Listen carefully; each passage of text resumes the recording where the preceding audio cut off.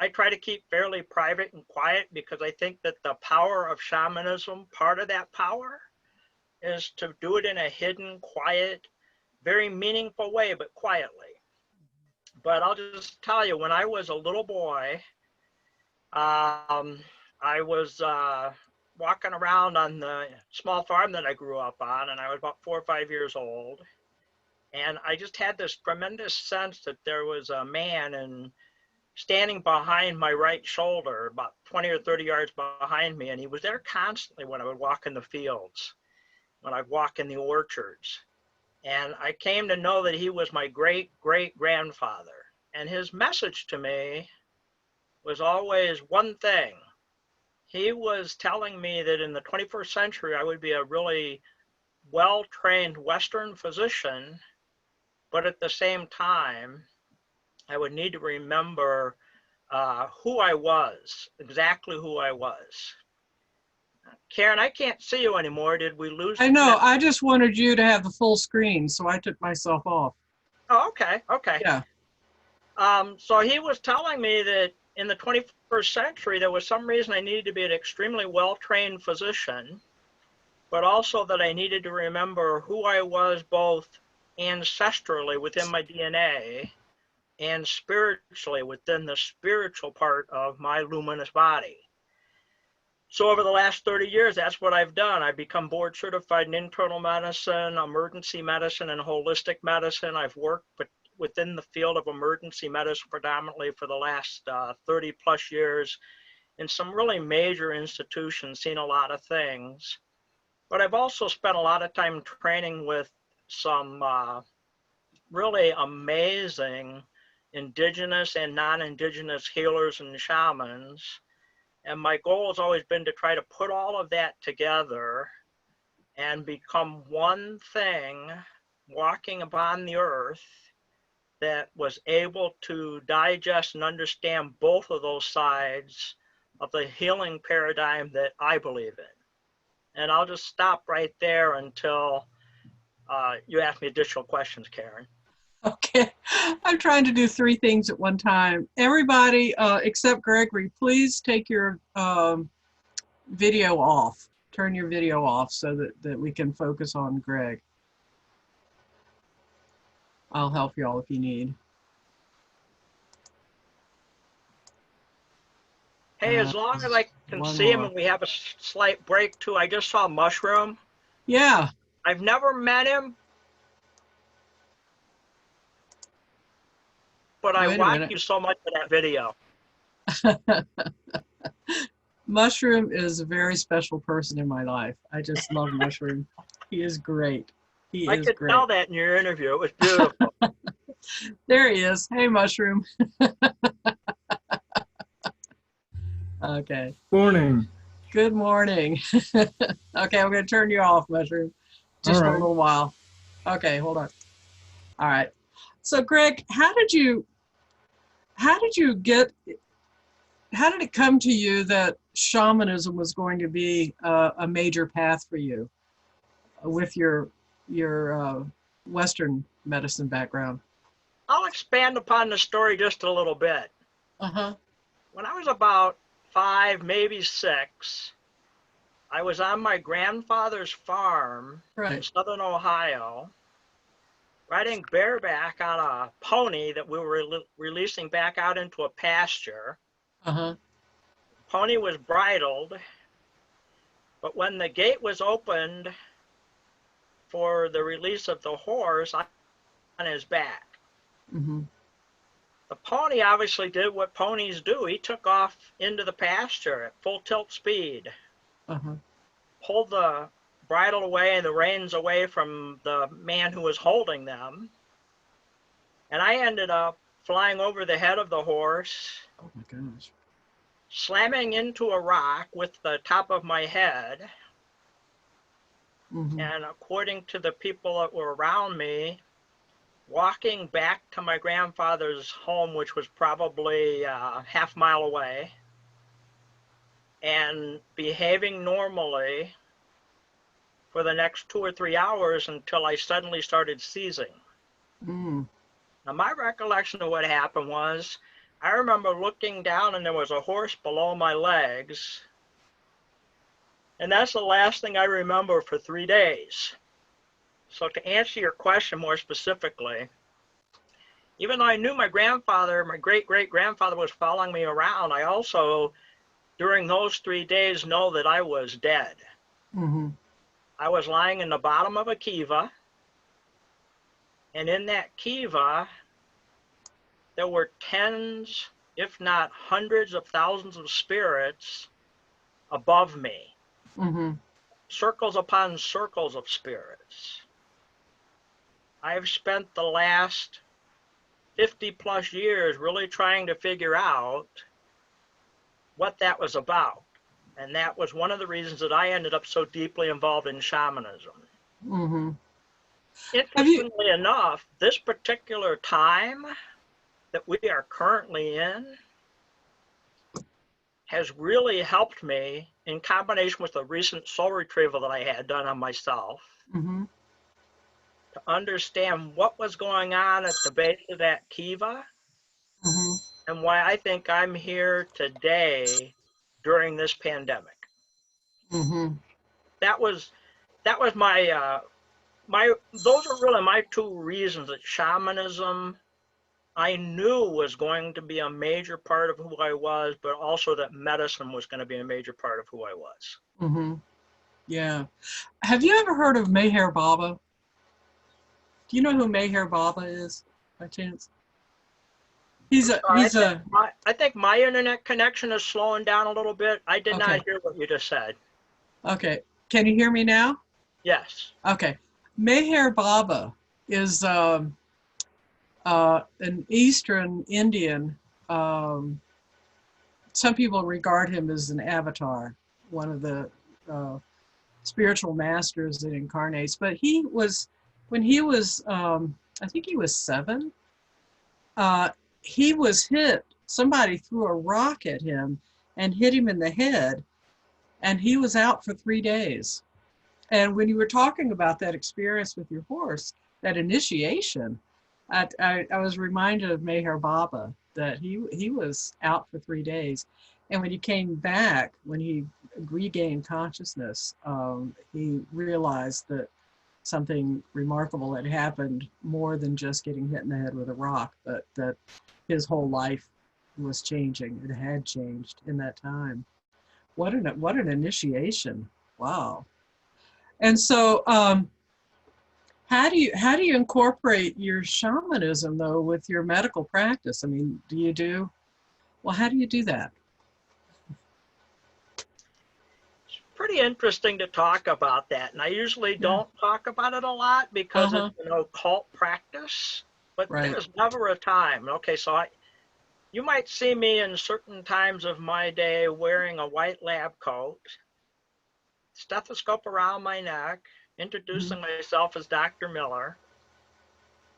But I guarantee you that every time I walk in a room, I assume that since that patient has given me a signed consent to help them, that they're giving me a signed consent to use whatever tools I might have available to me to try to help them.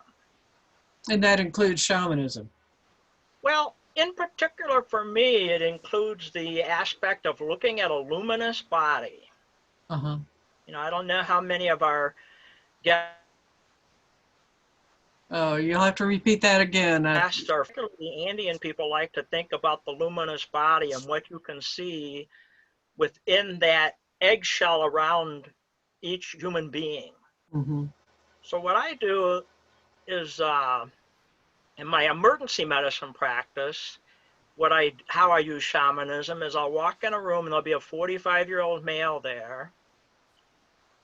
History of tobacco smoking and hypertension, and a family history of cardiac disease that killed people in the 5th and 6th decades of their lives. And he's having chest pain. One of the things I do, I use my skills as a physician. I take out the stethoscope, I look at the EKG, I do the lab work, I do the chest x-ray, but I also use my skills as a shamanic practitioner, as a spiritual being that just loves people. And I look at the luminous body and I try to get a feel for, okay, is this the heart? Is this the esophagus? Is this the Mhm. pancreas? Is it the lungs? Is it a missing soul part from when their father slapped them at the dinner table when they were 7 years old? Mhm. I try to look at all of those things. Just Mhm. want to throw in a little thing here that's kind of funny. I was working, and I'm not going to mention where I work because I just would prefer not Right. to in these Yeah. settings. I was working in a medical college setting, and this isn't really shamanic or medical. This is more of a big personal part of my life, but I just want to put this here. I was working at a university hospital medical center, and a younger nurse came in as a new person, and she started asking me questions. She says, "What are you doing that Mhm. is different? I think that you're looking at something different. Can you explain that to me?" And it took quite a while for me to summon up enough courage to be a little bit more specific with her. Mhm. And I'm going to end the story right there, except to say that that young woman has now been my wife for over 25 years. Oh my goodness.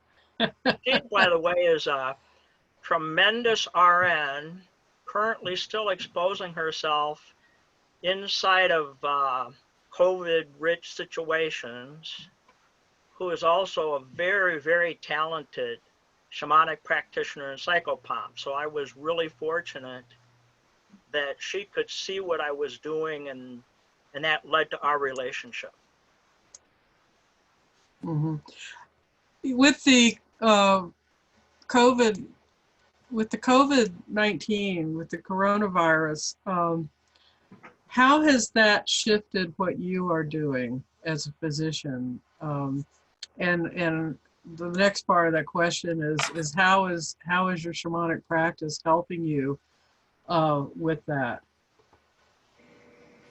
First part of the question is really easy to answer. For some reason, about 4 months ago, and I really couldn't figure out why it was happening, I suddenly found myself in a situation where my emergency medicine practice was greatly diminished. I've Mm, had more free time in the last 4 to 6 months than I've probably had since I was a small child. wow. So interestingly enough, my COVID exposure, except for the fact that family members are bringing it in, I have a wife and also a stepdaughter that both work in nursing inside of COVID-rich facilities right now. Hmm. So they're bringing it into the house. So the first part of the question for me is that spirit, for some reason, intentionally has pulled me out of the heat of the battle, right into the moment of the battle. But the second part of the question is more important to me. Hmm. Having this much free time, having this much more opportunity to settle down and explore the depth of what's going on, both as a physician and as a shamanic practitioner, has really helped me gather a lot of information. And I would have never had that time or the appreciation for some of the things that are going on if I had continued in the same extremely high-paced lifestyle that I normally would have been in at this point in my life. Hmm. You know, I've had conversations with a lot of different people online, on the phone, um, and shamanic practitioners, and I've heard different perspectives of from a shamanic perspective, from that broader perspective about the coronavirus. But you're a scientist, and I haven't had a chance to ask a real scientist, what is your take on this virus? I mean, what do you know about this that can be helpful for us to have some information about?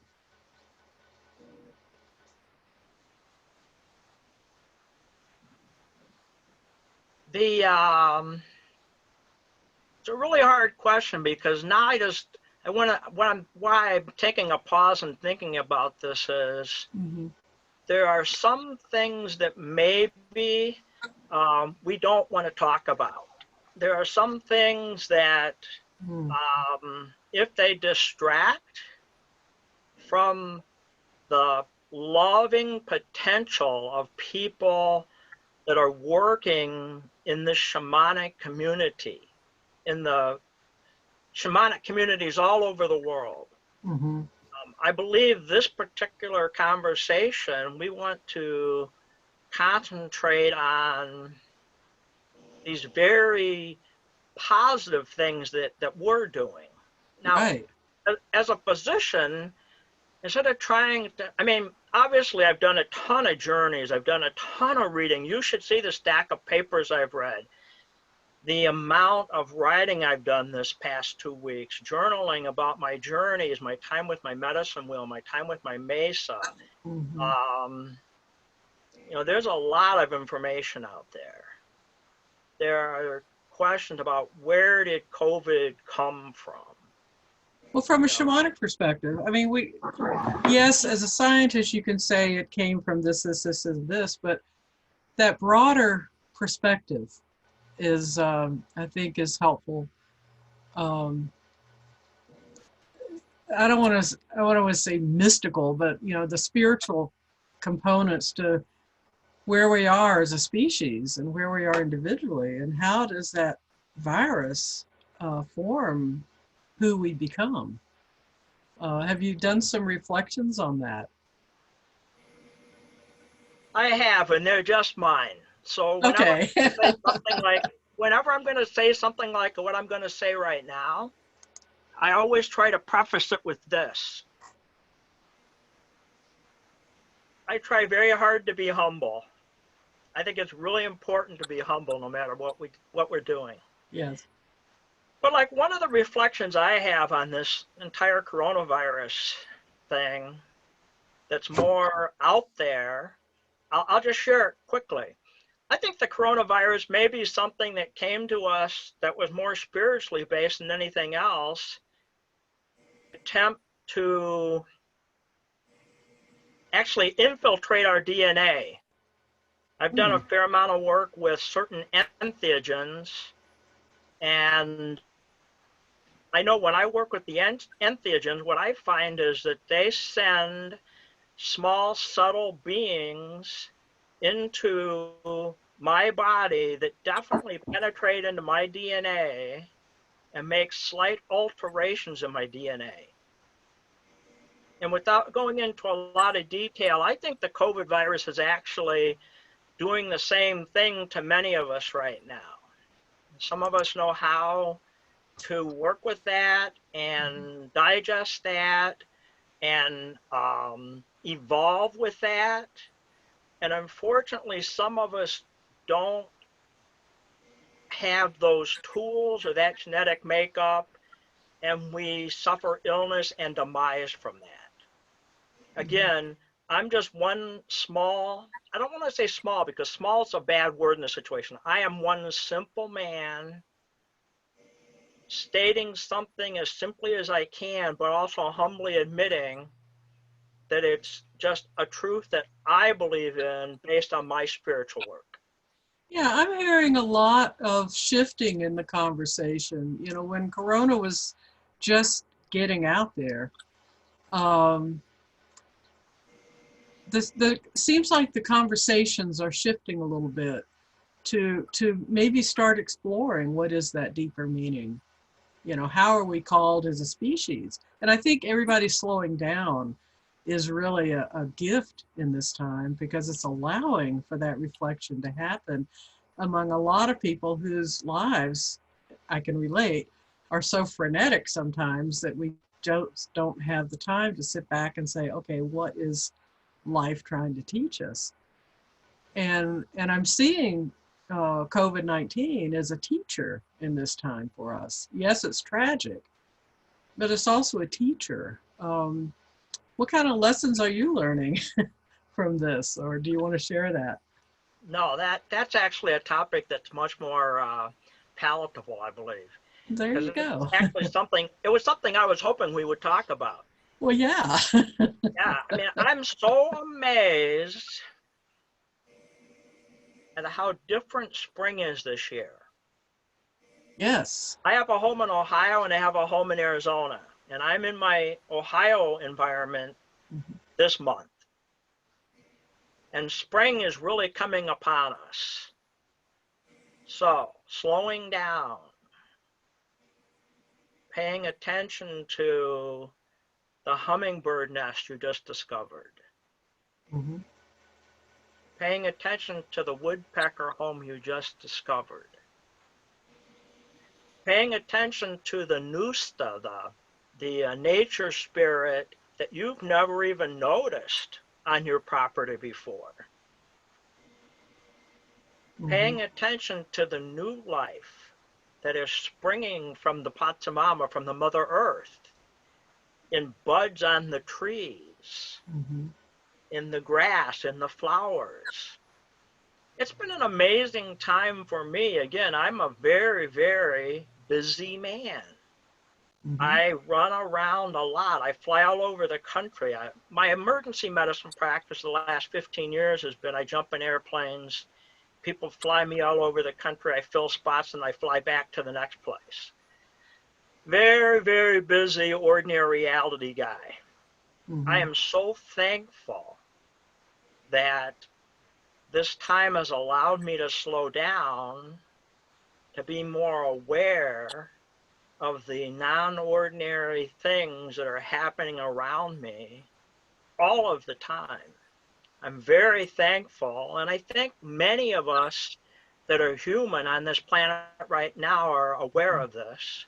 I'm very thankful That's good that it too. is, yeah, it's a reminder that, hey, when this is over, we might want to think about what are we going to return to as our normal?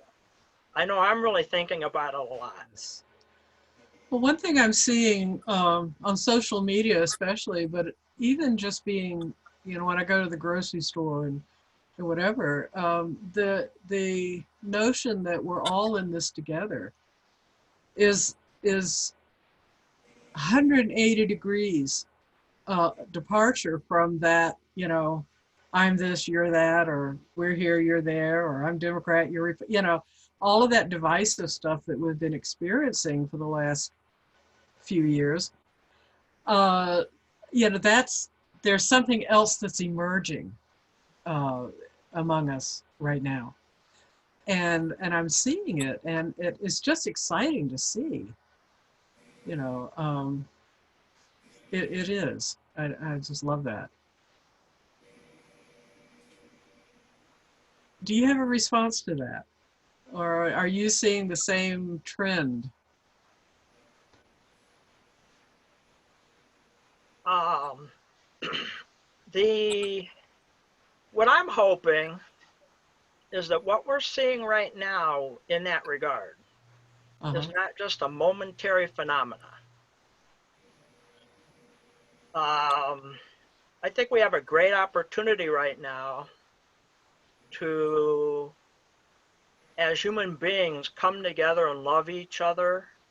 And I mean that in a global sense. Mm-hmm. Like you said, we're all working together right now. We're all in this together.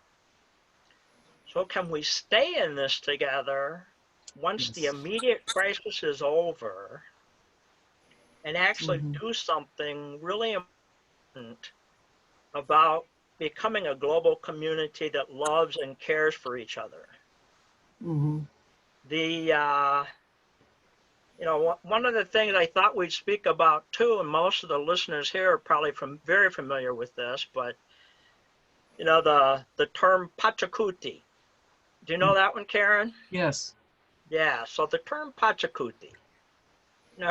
According to, I mean, and Pachacuti is an Incan term, but everybody about this for at least 2,000 to 3,000 years. It's not just South American. It's Native North American. It's European. It's from the Sanskrit writings.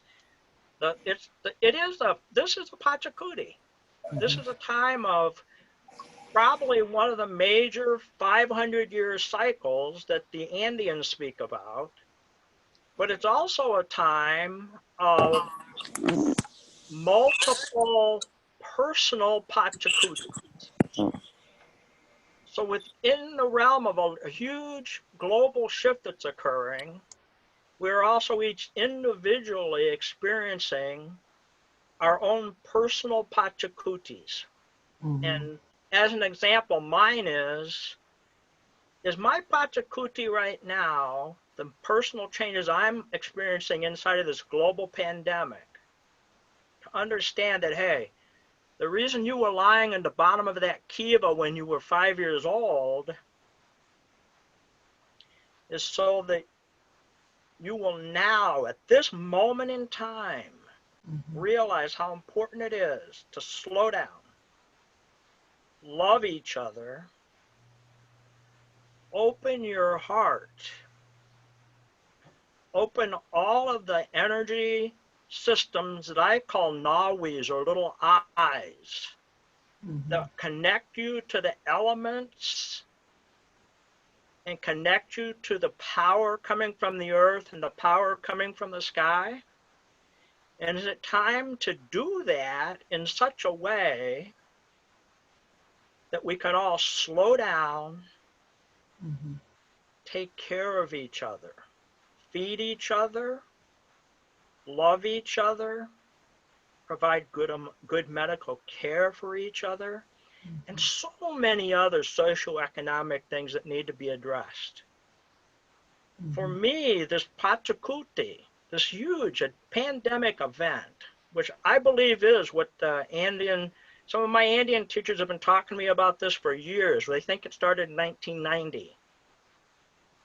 I believe Mm-hmm. this is part of the 500-year cycle of the Pachacuti, but I also think it is a time where we're going to have personal Pachacutis, personal little moments where the storm comes in, turns us upside down, and asks us to look at what is our real truth of being here right at this moment. Mm-hmm. Yeah, I totally agree with that.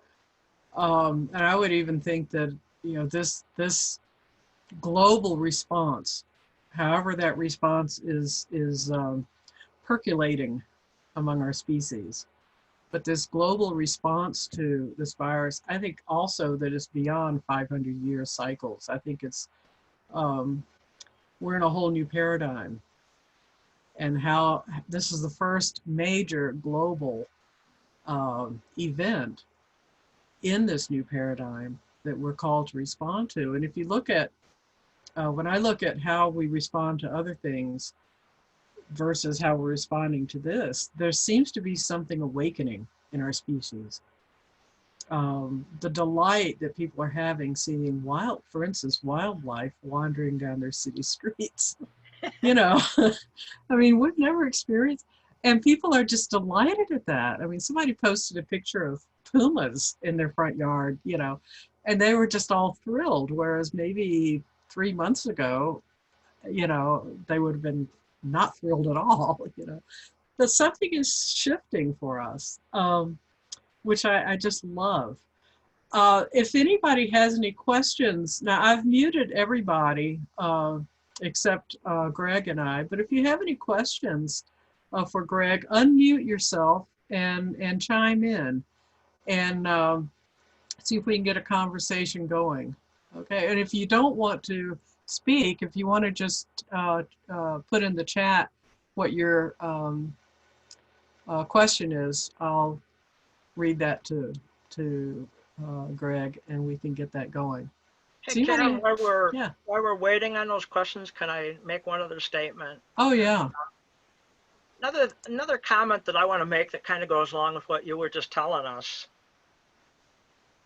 You and I were fortunate enough, I know, a couple of weeks ago to sit in with one of our favorite teachers and be reminded that there are literally millions of people right now, millions of shamanic practitioners that are working as energies of light And there are circles upon circles upon circles upon circles of us who are human incarnate beings right at this moment. And we are working as a global community, and community is the functional word. Whoever listens or watches this video now or in the future, that's the one thing I would really like them to hear. Mm-hmm. No matter what your gift is, no matter how great or small you think your gift is in helping with human suffering, human evolution, and human health during this pandemic, contribute that gift. Every candle that we light makes the light brighter, makes it easier to radiate out and hopefully continue to propagate a lot of these things we're seeing with humans evolving into a more loving, caring race. Mm-hmm. Mm-hmm.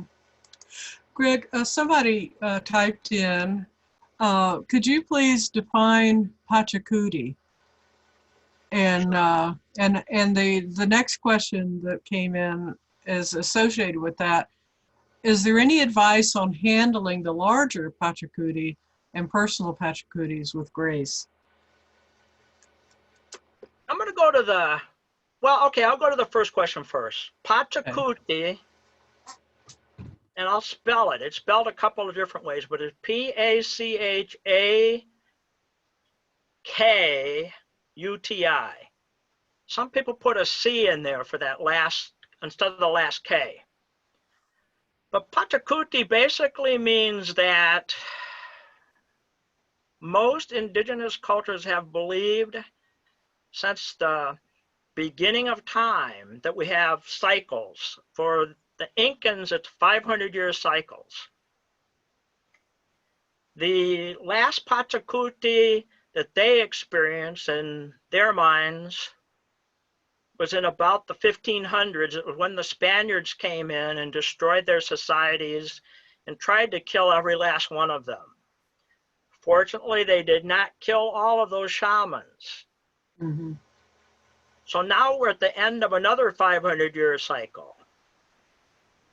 Here in the 21st century. So Pachacuti, to define it, it means a time when the world will be turned upside down. And it will be turned upside down in an attempt to find a higher order of consciousness and a balance on the earth. Mm-hmm. The more conventional way that people have probably heard the Pachacuti being described is that, and I always loved it when one of my teachers from Ecuador would talk about this. His voice was just so amazing. It's a time when the Andean people believe the condor and the eagle will fly together. And they believe condor is a bird that represents ancient knowings, intuitive insight, skills that have been handed down from generation to generation. They believe that the condor represents the heart. It's their way of life still on this 21st century. They believe that the eagle represents the Western mind. People that are really caught up on technology, people that are really caught up on making money, people that are really caught up on trying to alter nature on behalf of technology and money. So the Pachacuti is a time when the world is turned upside down in an attempt to set us off balance. And then when we come in balance, greater harmony hopefully will be there. And the eagle and the condor will have mated. And in that mating, a new type of bird i.e., a new type of human being in relationship will be born. So that's the end of the answer for the first question. You want me to wait or go to the second question? No, go ahead. Yeah. And the second question, I do actually want to tell you, I want to revert to the thing that is more the physician part of me. And can you still see the second question, Karen? Yeah, says, any advice on handling the larger Pachacuti and personal Pachacutis with grace? Yeah, so momentarily, let me go to my physician brain. Okay. So, how do you handle the personal Pachacuti? Part of the personal Pachacuti is right now, how many of us are fearful of dying? How many of us are fearful of contracting this virus? How many of us are fearful about the way we're going to respond to contracting this virus? Those are just three simple questions. There are many more. So let me just say as the doctor part, and I'm going to keep it simple. Let's do some simple stuff. Let's supplement ourselves with, there are a number of things, but very simply, if you want to be really simple but very, very effective, supplement yourself with vitamin D3, supplement yourself with vitamin C, and supplement yourself with zinc. There are really 2 or 3 things you're trying to do in ordinary reality. Number one, you're trying to pump up your immune system now before it even gets infected, in the hopes that a hyper-vigilant immune system will stop this virus. Once this virus gets into you, one of the things that it does scientifically is it tries to make your immune system forget how to take care of yourself. So there are really 3 things we're going to try to do with those 3 supplements. One, as a pre-attack event, try to pump up your immune system's health. Number 2, if you get the virus in you, let's try to do things that will prevent the virus from causing what we call inflammation or inflammasomes, or what some of you may have heard as a cytokine storm, from happening. Number 3, let's try to keep the virus itself from replicating inside of our physical bodies. If you can look at those 3 things, you have a chance that even though you get exposed to this virus, it gets within you, that you will survive it, and that you will continue on with your life in this new time of this new Pachacuti.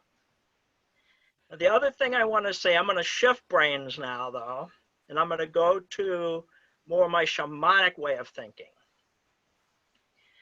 So you're nutritionally supplementing yourself, the physician part's talking here. And you don't have to do that with just supplements. You can do that with food too. Get on a computer and find out what foods that you like to eat are really good at providing you vitamin D3, vitamin C, and zinc. It doesn't have to be supplements if you don't want to do it with supplements. But now the shamanic practitioner side.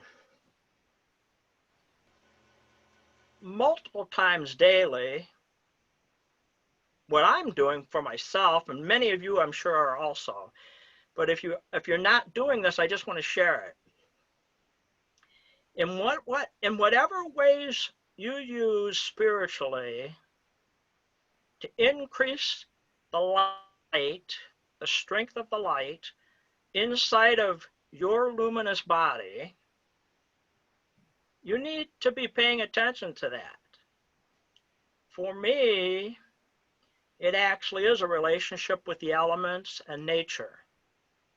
So if I ask that, say, Earth come through what I call the Nawi, N-A-W-I, at the base of my spine, and the fire come through a nawe, which means eye, by the way, in my gut.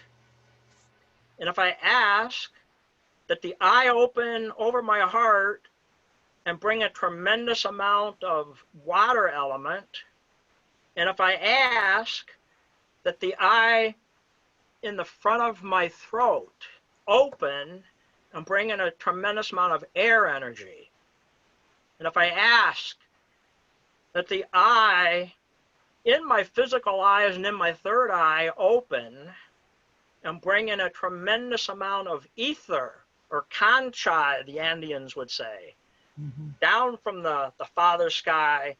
But if I ask all those eyes to open and bring in those elements into me and fill my luminous body with light, because of Ayni, A-Y-N-I, sacred reciprocity, as I'm bringing those things in, the things that are in my luminous body that are no longer helpful to me, that are too heavy, the energy there that is too heavy and not particularly healthy for me, that energy then can be either transmuted, or better yet, it can be gently lowered down into the Mother Earth. And the Mother Earth loves that type of energy. It's like fertilizer. She mulches that for us. And so for the personal aspects of this Pachacuti, being in fear of your death, being in fear of your health, being in fear of your economics, that's what I personally am doing for myself and would recommend that many of us consider. Doesn't have to be exactly that same technique. I'm just asking that it be something that simulates that same final effect. Karen? Yeah. Did that answer the question? Let me see who did. Humble guest logged in. Does that answer your question? And if you have a further clarification that you need, just unmute yourself and ask your question. And anybody else that has a question for Dr. Miller, for Greg, if you just want to, I'm looking over here at the list here. But if anybody has any questions, please please step right in. Humble guest is saying, thank you. Would you be willing to lead us through that meditation? Opening of, let me put my glasses on, I can't see it. Would you be willing to lead us through that meditation, opening of the Nawis you generously shared? Would you do that, Greg? Do we have time to do that, Karen? Yeah. We're not bound by it. I like to keep it structured to about an hour, but if we go a little bit over, that's okay. Yeah, if you've got the time. Yeah, I have plenty of time. Okay. Before, I would be happy to do that. And very simple to do. Okay. But I feel before I do that, I would just like to know if there are any other questions. Okay. Anybody have any other questions for Greg? I'm not seeing anything in the chat, and no one is speaking out. Oh, Mushroom. All right. One of the things that I tell people is that when we get fearful, that we stop playing. And if we stop playing, then there's a tremendous amount of power in the act of playing. And so I'm going to ask you, Greg, what do you do to play? He's getting his, I think he's getting something. Yeah. Yeah. But I think that's actually a question for everyone. You know, like there's the sacred clown. And the sacred crown teaches us that we are here to play and to experience joy. And Greg, what I was asking is, what do you do for play? Sure. And it was interesting, Mushroom, because first of all, again, I want to just tell you, I thought that the initiatory conversation that you did with Karen was just so darn amazing. So thank you. And I've never met you personally, but I hope one day to get to meet you. Likewise, likewise. What I do for play is actually a couple of things immediately come to mind. Number one, go out in nature. Play in nature. Sit on the ground. Exchange energy with the Mother Earth. I mean, it's amazing. My medicine wheel on my property here in Ohio, in the north, which for me is the white-haired ancient elders, and one of the power animals that I assimilate with in that particular realm is the hummingbird. So how in the heck have I missed for all these years?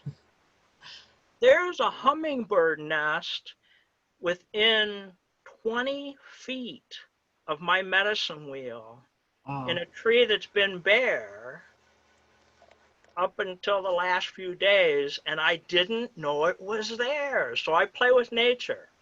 I go out and I play with nature. You know, I talk to the vulture that's flying over, you know, those types of things. To more non-spiritual, non-shamanic, real world play, I play with for me, it's my pets. I play with my dogs. I love my little dog, Meki, that was rescued from a kill kennel just before her death. So I play with my pets. I try to play with my family. One of the things that I really love to do as far as playing that's not really too doctorish, but I love to play with tobacco. I love to watch tobacco burn and carry my thoughts and prayers up into the heavens and cleanse the area around me. Those are just some of the things I do to play.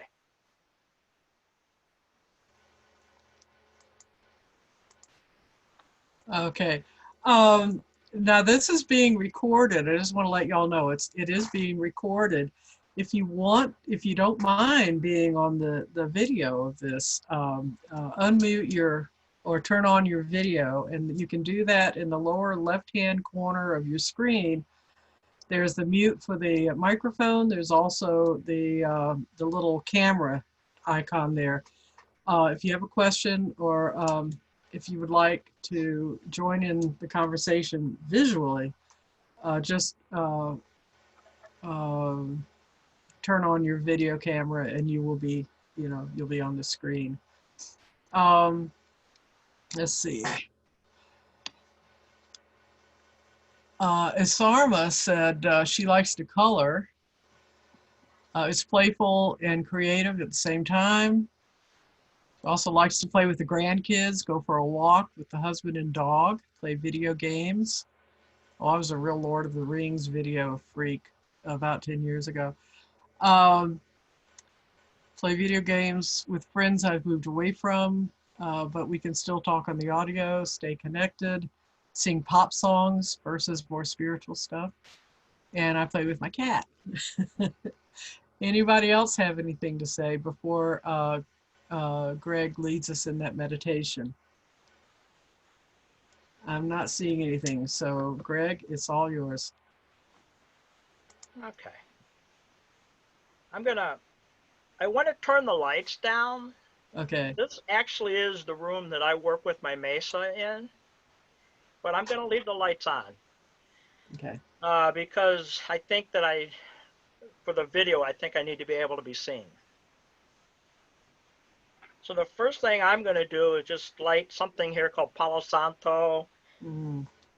Much of us, many of us use sage and sweetgrass and copal and other things. So anyone who might not be familiar with the Palo Santo, it's actually a piece of wood from the Amazon. Does much the same things that smudging with sage would do.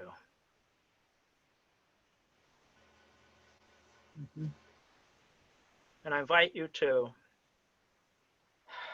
sit back and take a number of deep breaths as we start to do a very short guided meditation.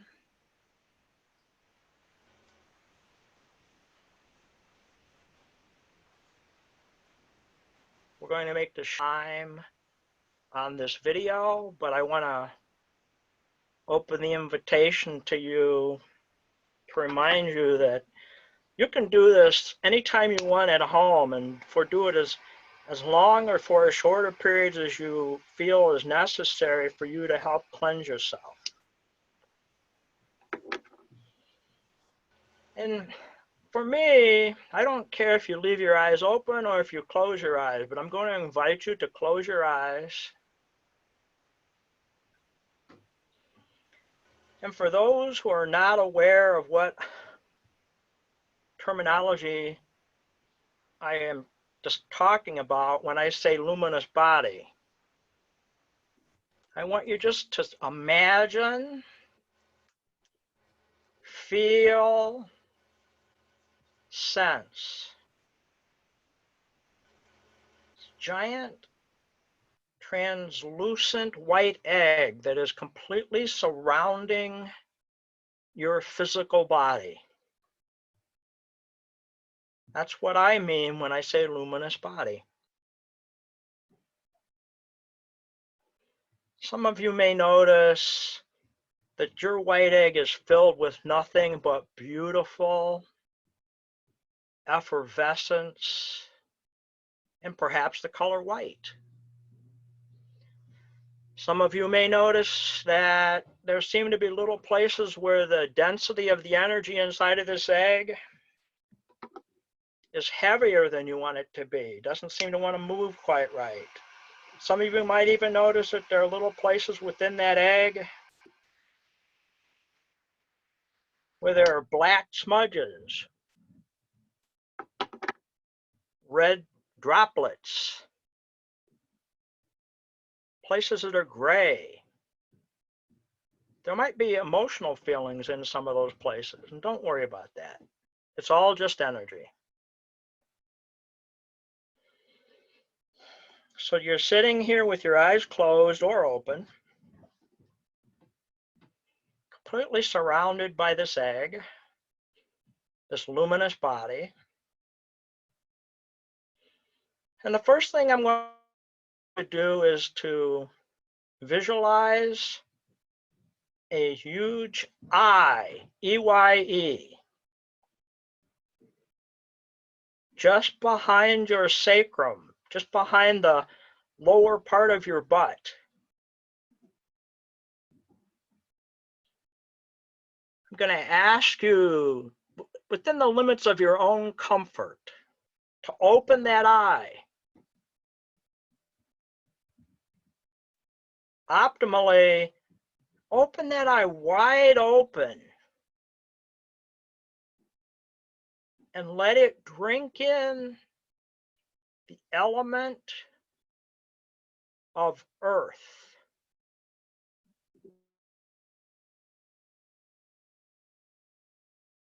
Let it drink to its heart's content.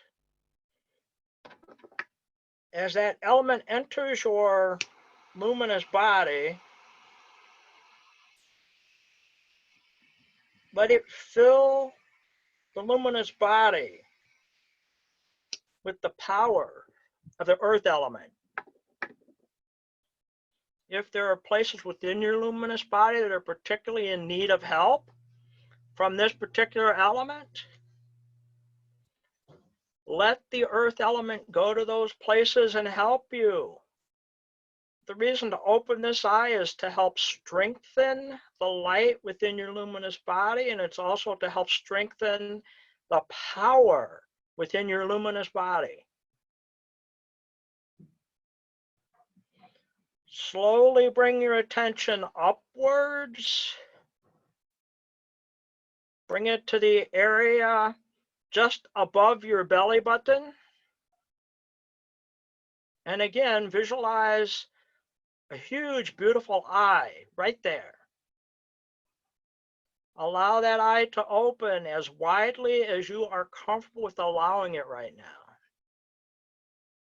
And this time, ask that the element fire enter that wide open eye.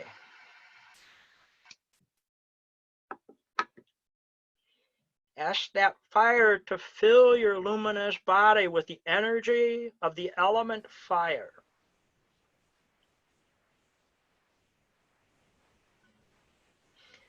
These elements that you're pulling in are entering your luminous body. But if you want to, you can invite them to move into your physical body as well and to fill every cell and every space in between every cell with these same elemental powers. Move up slowly to your heart. Open that eye just in front of your heart. Open it as wide as you are comfortable with opening it. Ask the element of water to enter the eye. Move into your luminous body. Fill you with the light and power from the element water in your luminous body, within your physical body, within every cell and in the spaces between every cell. Move up to your throat. Open an eye in front of your throat, here in front of your thyroid. Let the element of air enter that eye. Let that element of air fill your luminous body.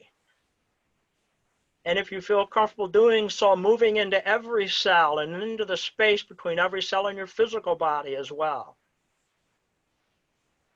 Again, your intention is to fill your luminous body with light. Fill your luminous body with power. Finally, move up to your eyes.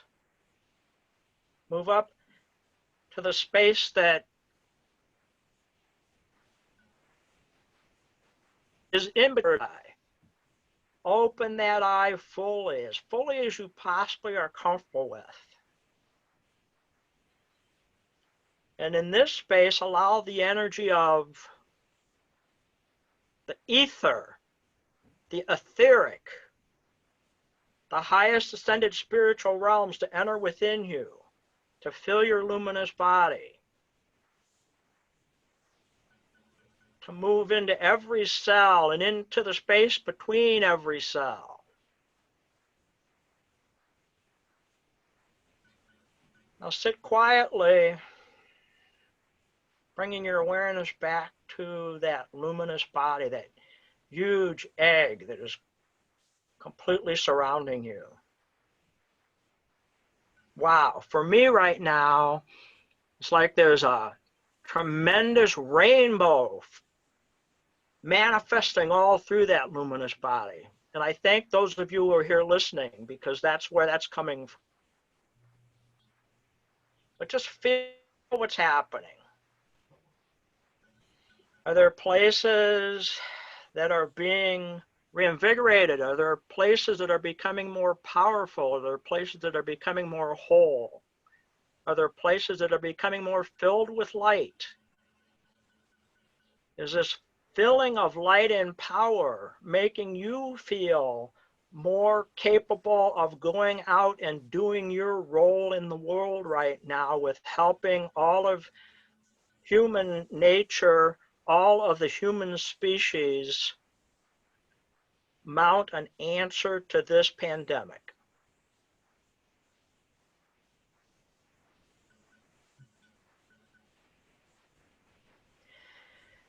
Remember that at any time of the day or night, especially when fear and anxiety starts to try to retake a grip, this simple exercise can be done. It can be done in seconds, moments, or over the entire daytime as we're walking. If you find that there are places within your energy bubble, within your luminous body, that the energy is not right for you there, simply put a foot on the ground and ask that that energy move from you through your foot into the Mother Earth, and the Mother Earth will help you take care of that. She wants to help you take care of that. You are not dumping anything off. It is something that she knows how to do and wants to do for you. I thank you all for letting me lead this guided meditation. And I close with the word that my teacher, particularly in Ecuador, would use. Hayaya. I love you all. Thank you so much. Thank you. I am feeling so blessed right now. Thank you so much. Is there any question that I have not asked that you wanted to answer?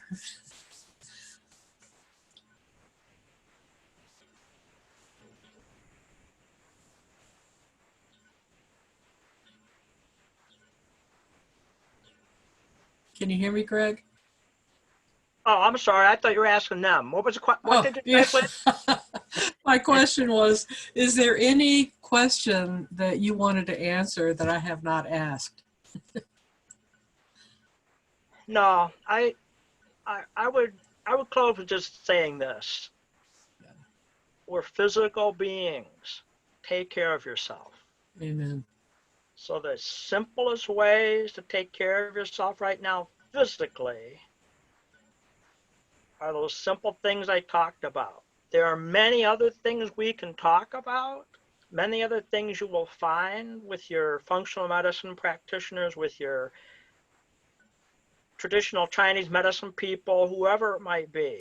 And I honor all of those. But if you want to be simple and to the point, protect yourself physically. Vitamin D3, vitamin C, zinc. Greg, what is the significance of zinc? I got the vitamin D and the vitamin C, but what does zinc? Zinc, the most important thing that zinc can do, and this literature is pretty high-grade literature. Zinc, they believe, will decrease the ability of this RNA virus to replicate within your system. Yeah, okay. And but again, those three supplements are possibilities. If you don't like the supplement, just get on the internet and find out what foods have those three things and eat a lot of them. And number three, in the ordinary reality, real world, it's so important still to isolate ourselves as much as possible from each other. We are human beings. We want to congregate, but it is not time yet. Please give ordinary reality a little bit more time. From the shamanic point of view, the meditation we just did, the spending time with nature, the slowing down, the removing yourself from fear. And Karen, I want to thank you for this one. And the remembrance of being within your true power. That's it. Thank you so very much. I'm going to unmute everyone just for a moment. And then if you have a question for Dr. Miller or Greg, please feel welcome to ask that. I'm looking at the chat and I don't see any new questions on there. Hey, Karen, if you don't mind, I'm going to put myself out there just a little. Yeah. I know that there are many people here right now, and I know there are going to be a lot of my global family that are going to be tuning into this sooner or later. I just want to leave my, if it's okay with you, I want to leave my personal email address. Okay. I would be happy to try to converse with people if they have questions that come up later. Do you mind if I put that on the web page too? That'd be fine with me if you want to do that. I Okay. may get inundated because I'm already, to a certain extent, just getting a ton of different types of people asking for help. But I would just like to put this on this video as well. Okay. What's the email? GMWWEI@AOL.com. Okay, let me repeat that. So make sure we got it. Hold on just a second. Okay, the email is G as in George, M as in Mary, W as in Willie, U as in, I don't know, understand, W as in Willie, E as in Edith, and I as in I at AOL.com. And I want to tell you, the GM is actually Greg Miller, right? Mm-hmm. And the Wu Wei is a Taoist term, and it means something really important at this time as well. Learning to flow like water. Yes. Whatever storms might happen. Yes. Yes, yes, yes. Okay. Last call. Anybody have a question? Everybody's unmuted. Okay. Dr. Miller, Greg, thank you so much for being here and with us and with all of those who will be also listening later on or viewing later on. What I find with these interviews is that far more people, watch it at their own time and convenience than actually, but I really want to thank all of you who made the time to come in at this particular time and be with Dr. Miller and I. Bless you, stay safe and stay well. And Dr. Miller, next time you're in Arizona, please let me know. Thank you, Karen. And that is the words I like to close any conversation with right now. Be well. Amen. Everyone be well. Be well. Amen. And those of you who know this, join me. Earth, please make me a sanctuary, pure and holy, tried and true, and with thanksgiving, we'll be a living sanctuary for you. Blessings, peace, wellness, and have a very, very, very good day. You have a question? Thank you, Karen. You're welcome. You're welcome. And if you want to help keep this alive and growing, if you want to make a donation, I don't charge for the work I do, but if you'd like to help, send $5. If you go on shamanzoom.com, I'm going to post the recording of this hopefully later today. It depends on how long it takes to upload onto the computer. But if you want to help with this, help is much appreciated. And see you next week. Have a great day. Take care. Thank you. Okay. You too. Bye-bye. Thank you. Peace and love. Take care.